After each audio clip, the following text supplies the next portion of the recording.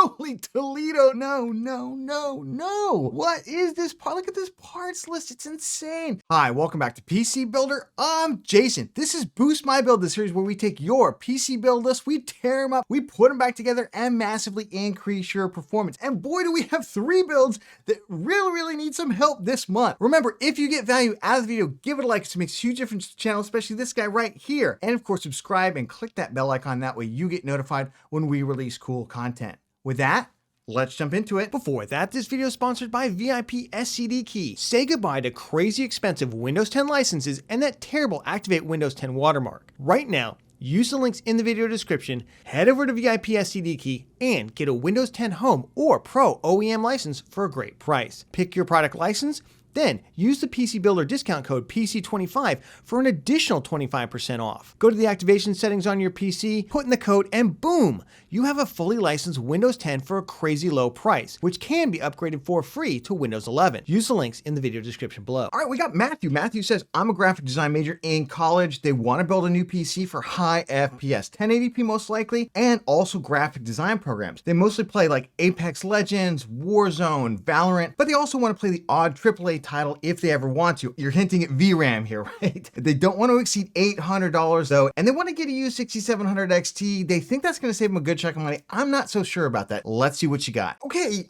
listen, you did a pretty good job with this, and I think a lot of people end up in this boat where they're like, I think I did a pretty good job, but could I have gotten more performance for what I'm looking to do? Can I get basically a PC? It's going to last longer. It's going to give me more FPS for not that much more money, even potentially less money. So let's jump through this. You finished at $697. So you have about $100 left to spend. Now your build for whatever reason was not pulling in a price. So I just added in the cheapest 6700 XT, which right now it's the ASRock Challenger D. If you don't want this model, there's another one for like $319. You can get the MSI Mech one for about the same price. So it's $329 plus the $20 instant promo code. That gets you to $309. Now I know you wanted to get a used RX 6700 XT. I'm going to tell you, you're not going to save a lot of money doing that. I would go ahead and buy one brand new. It comes with a warranty. You're only going to save like 30 or 40 bucks, especially given how much the prices have come down on these GPUs in the last 30 days or so. For the CPU, I don't mind the i3 12100F here, but for $800, I feel like we're a little shortchanged on the CPU resources here. I'd love to get a more performative 6-core CPU, i5 12400F, or a Ryzen 5600. 5600 has been the way to go, but again, 12100F, not a terrible choice. For the motherboard, the ASRock B660M Pro RS, $94, really good value if you want that i3 12100F. Absolutely great value. I will say though, if you want to go up to like the 12400, we did find that some of these motherboards like the Pro RS were not running those CPUs at the full rated frequency. Now it's possible they fixed it in the meantime, but just know that if we upgrade, we're probably going to need to switch out the motherboard. For the RAM, you went with 3600 CL18. It's basically the same speed as 3200 CL16. It's just, they're basically the same speed. You went with an RGB kit that looks pretty nice for about $46. That's about what they go for. But did you know that for about $50, you could have gone 3600 CL16 RGB? There are now RGB kits available at that cheap. That's how cheap DDR4 RAM has gotten. And I think that would probably help us, especially at this GPU level, just kind of tune things up a little bit, particularly if we're going to play at 1080p. For the drive, you went with the Team Group MP33, 36 bucks, 1 terabyte, good value. Yeah, right now, Silicon Power, there's a couple other ones that are like $1 or $2 cheaper, but this is absolutely fine drive and one of the ones I strongly recommend. Remember, we don't get any additional, like anything really, if we go to a faster NVMe. We just end up wasting our money we could have spent on other things. For the case, I really like this DIY PC case. Obviously it's a Li & Li 011 total knockoff case, but it's the mini version knockoff. But it looks really awesome. It comes with 3 included ARGB fans, and it's $67. $67, that's insane. It is back ordered right now, but it looks like it's going to be in next week. This looks like a really cool case. We actually may even try and use this in a future build. That's how much I really like this case. For the power supply, you went with a 600 watt power supply. That's about what we need. I think the PC part picker draw was just about 400 watts, so 1.5 times that gives us 600. This is a C tier rated PSU. It's absolutely fine. The thing that some people don't like about it is the ketchup and mustard cables at the end. It's just an older PSU basically before they started adding them all black sleeve. If you want all black sleeve cables, it's like another $16 or something. For that price, I would have just spent another $10 on top of that and just get some nice looking cable extensions. So this is a really good pickup. So all told, for $697, I think you did a pretty good job. And if $700 was your budget,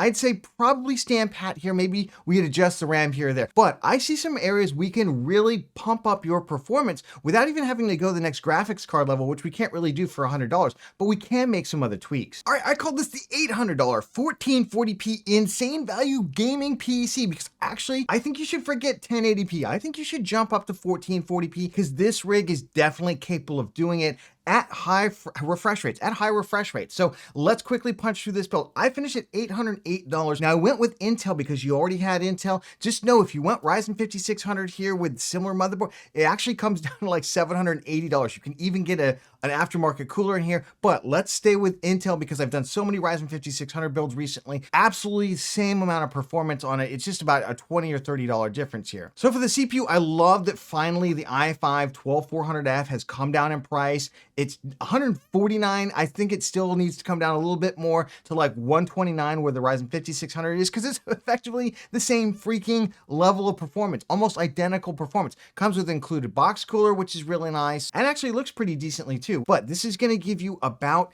10, possibly up to 12% more performance on that RX 6700 XT over the i3 or over like a Ryzen 5500, kind of those lower end $80, $90 CPUs. So it's well worth the boost because we can't really jump up in terms of GPU power. The next GPU up is really the 6800 for like, or 6800 XT for almost $500, almost double the price we're paying for our GPU. We can't reach that. So we can increase our FPS by pumping up the CPU resources. For the motherboard, this is a great board. The MSI Mag B660M Mortar Wi-Fi. Right now they've got it on with a 20% off.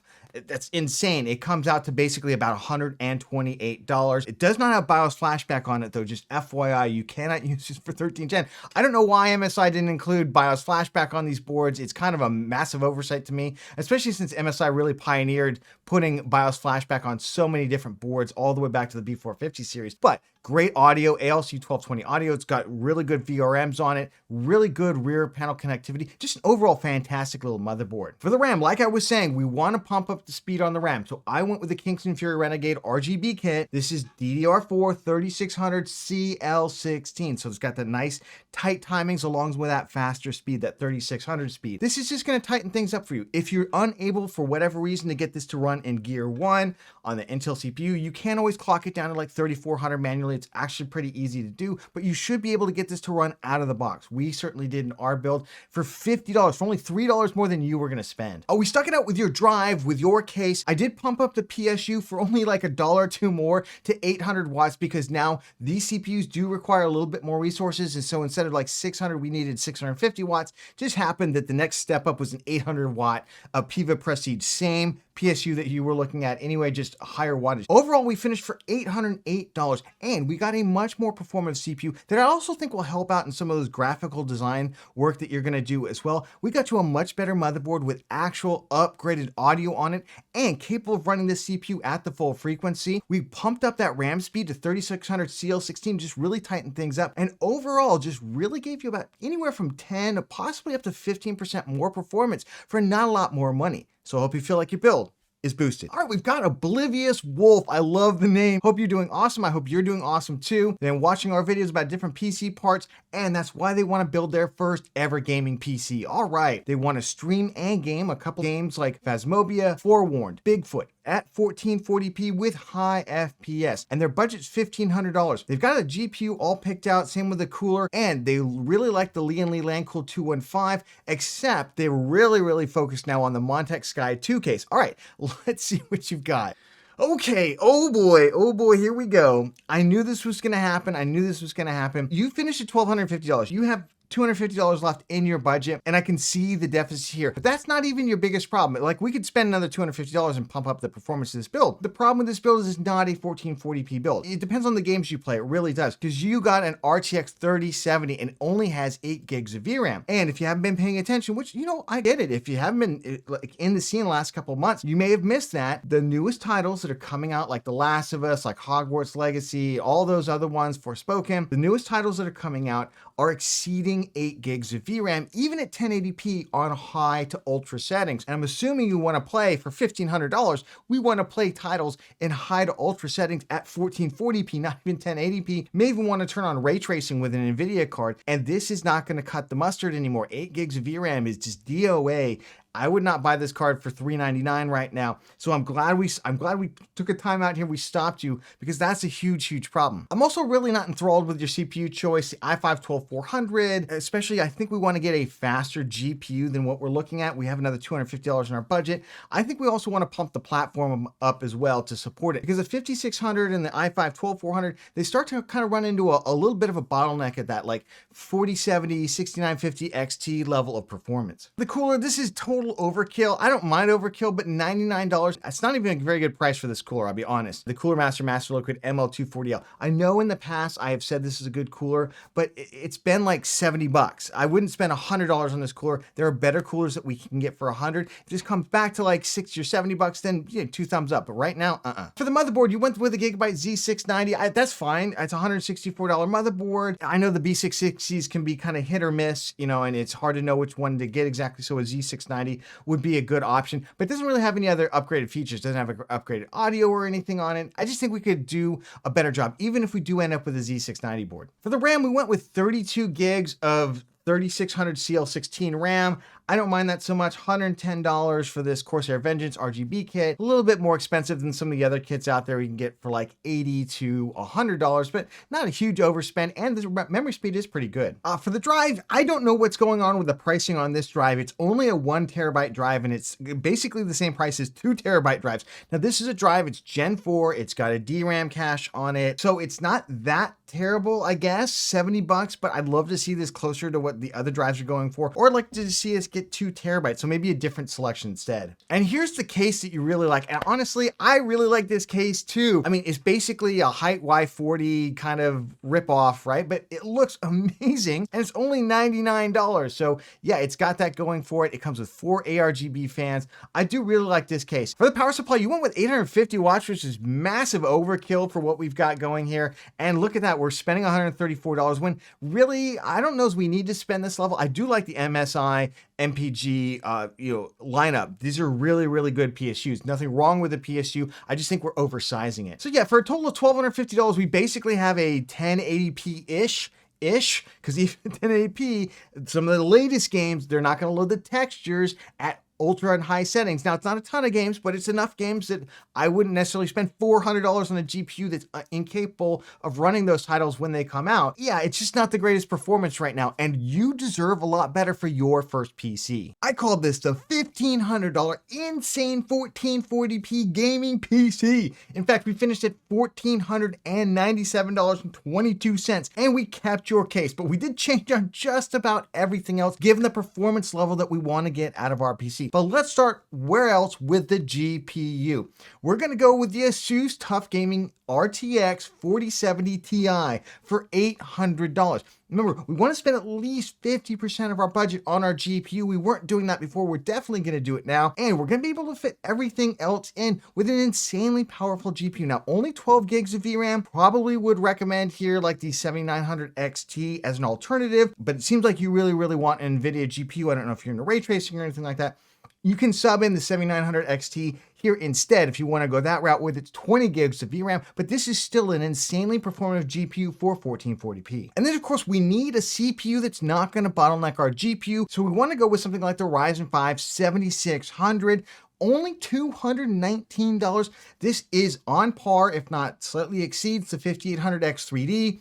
Really performant CPU. The other great thing is you're on Ryzen 7000, you're on AM5, you have access to future upgrades. You'll be able to drop it in 8800X3D or whatever they call Zen 5 on down the line for this socket, which is really nice and super performative. For CPU cooler, we just need a really basic CPU cooler. I went with the Thermalright Assassin King. It's 5 heat pipes, it's ARGB, it's $20. It's a great CPU cooler. For the motherboard, I just went super cheap here. There's really no reason to overspend on on the motherboards for B650. You don't really get any additional features. You don't even get upgraded audio until you spend like $220. It's totally insane. Just go ahead and get a really nice little board like the ASRock B650M HDV, $125. Really, that's all you need. For the RAM, I went with 5600 CL32, and look at that. It's actually 20 bucks cheaper than the kit you were going to get that's DDR4. It's relatively fast DDR5 RAM, and it's nice RGB, and it continues to come down in price. In fact, when we bought this kit, it was like $110. It's $20 cheaper, and I feel like every day DDR5 gets cheaper and cheaper. For the drive, I just went in, got you something a little cheaper because I know it was bumping right up into your budget.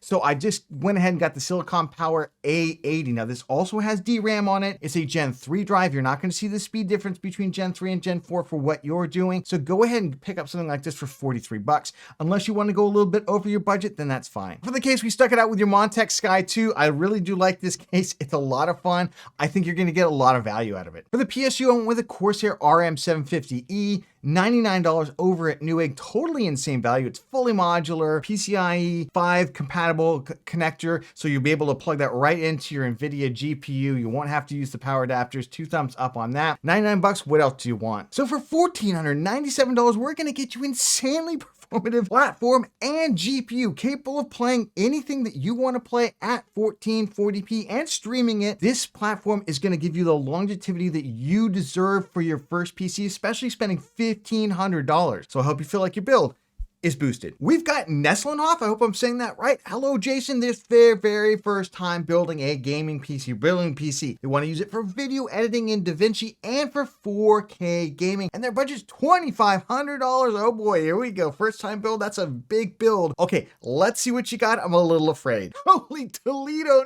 no. What is this part? Look at this parts list. It's insane. And you finished over your budget, $2,681. You finished $181 over your budget. Oh my goodness. You ran into the problem of having too much money. Jason, what's wrong with having too much money? Here's the problem with having too much money is that you end up buying a part to solve every problem, and you end up with a parts list like this. You're a first-time builder. Putting this build together is going to drive you crazy. I guarantee it. And we even invested in the last-gen platform as well. Let's start off with the GPU. Let's start off with a couple things I do like. Like the GPU, Sapphire Nitro. This is a super high-end 7900 XTX. Obviously, you can't really go up a GPU unless you go to the 4090. So I don't mind spending a little bit more to get the souped up version if you have the money for it. This is like a 4-slot card. It's got this huge RGB bar. It just looks amazing. And right now, Amazon actually has a coupon for it for $100. The cheapest of the 7900 XTX will still perform pretty well compared to this card.